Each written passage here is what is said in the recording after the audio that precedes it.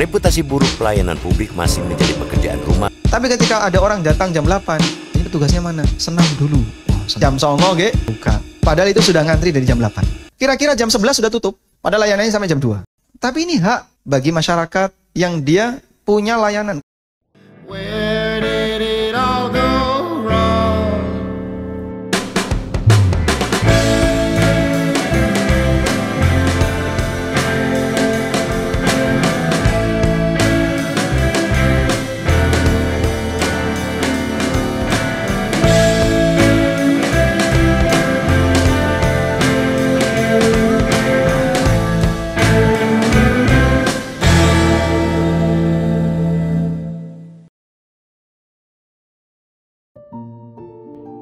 Udah terjadi sangat lama bertahun-tahun, tapi makin lama makin parah.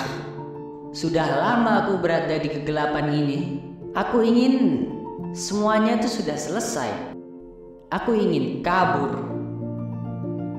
Sudah bertahun-tahun aku mencari jalan keluar, tapi kegelapan ini tetap mengikutiku. Aku tidak bisa menyerah. Aku melihat sebuah cahaya. Apakah itu jalan keluarku?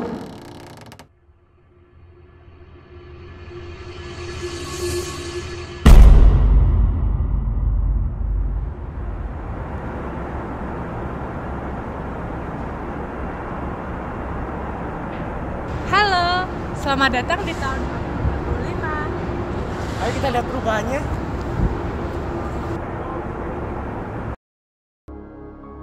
Dulu, antrian dan birokrasi yang rumit merupakan hal yang normal dalam kehidupan sehari-hari. Orang harus rela menunggu berjam-jam hanya untuk mengurus administrasi sederhana. Namun kini di tahun 2045, semua itu telah berubah. Teknologi informasi telah mengubah cara kita berinteraksi dengan layanan publik, menjadikannya cepat, efisien, dan dapat diakses dari mana saja. Pelayanan publik kini berada di genggaman Anda. Dengan kecerdasan buatan, data terpadu, dan aplikasi terpadu, semua proses menjadi lebih cepat, transparan, dan dapat diakses kapan saja. Asisten digital pribadi membantu Anda melangkah dari satu tahap ke tahap berikutnya dengan jelas dan tanpa hambatan. Mulai dari mengajukan perpanjangan SIM hingga izin usaha, semuanya dapat dilakukan dengan sentuhan jari saja. Anda tidak perlu lagi mengantri panjang karena sistem yang berbasis cloud computing bekerja tanpa berhenti untuk memberikan notifikasi secara real-time mengenai status pengajuan Anda. Data yang tersimpan dengan aman di pusat integrasi nasional memungkinkan pelayanan yang lebih presisi dan juga aman tentunya. Ini adalah wujud dari pelayanan publik yang modern dan responsif terhadap kebutuhan masyarakat masa kini. Smart City mendukung seluruh aspek kehidupan, dari transportasi hingga pelayanan publik. Di sini, seluruh elemen kota terhubung dalam jaring dengan digital yang cerdas. Jalanan diberi kendaraan otomatis yang bergerak dengan lancar tanpa hambatan. Diatur oleh lampu lalu lintas pintar yang menyesuaikan waktu tunggu berdasarkan jumlah kendaraan yang lewat. Setiap sudut kota dipantau oleh sensor Internet of Things atau IoT, memastikan keamanan dan pemeliharaan infrastruktur berjalan tanpa kendala. Tidak hanya itu, layanan publik pun sepenuhnya otomatis. Di pusat layanan kota, robot layanan publik melayani warga dengan cepat dan efisien. Sementara mayoritas warga menyelesaikan keperluan administratif mereka dari kenyamanan rumah melalui perangkat pintar mereka. Di tahun 2045, batas geografis bukan lagi penghalang untuk mengakses layanan publik. Bahkan di desa-desa terpencil, warga kini memiliki akses yang sama dengan warga kota besar. Internet cepat telah menjangkau seluruh pelosok negeri, memberikan kesempatan yang setara bagi semua orang untuk mengurus administrasi, mendapatkan layanan kesehatan, dan mengakses pendidikan tanpa harus melakukan perjalanan jauh. Lihatlah seorang petani di tengah sawah yang kini dapat mendaftar dalam program bantuan pemerintah hanya dengan menggunakan perangkat cerdas di tangannya. Di rumahnya, keluarganya juga terhubung dengan dokter melalui layanan telemedicine untuk berkonsultasi kesehatan secara virtual. Hal ini adalah wujud dari kesetaraan pelayanan yang diimpikan, di mana Setiap warga negara memiliki hak dan kesempatan yang sama berkat teknologi yang menjangkau seluruh Nusantara.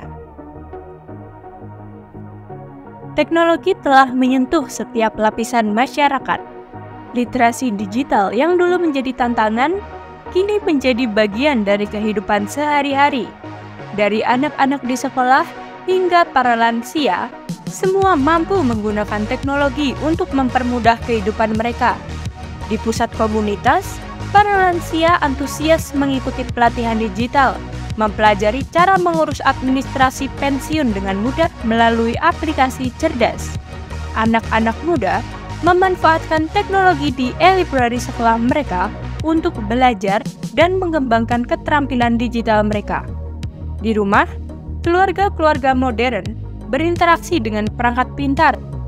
Ini adalah era baru di mana teknologi telah menyatukan seluruh generasi, memperdayakan masyarakat, dan menjadikan setiap individu berperan aktif dalam pembangunan negeri.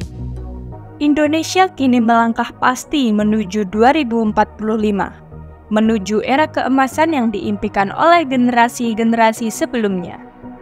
Gedung-gedung pencakar langit yang canggih, teknologi yang melingkupi setiap aspek kehidupan, dan masyarakat yang terhubung dengan perangkat cerdas dalam setiap interaksi mereka.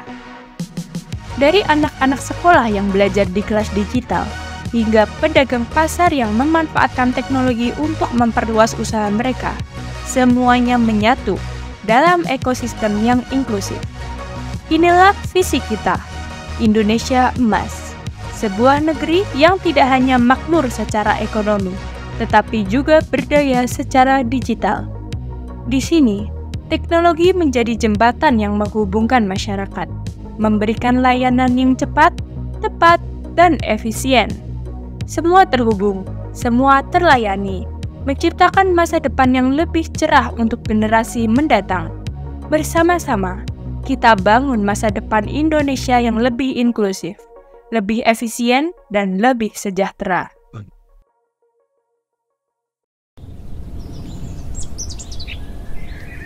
Semua ini sempurna.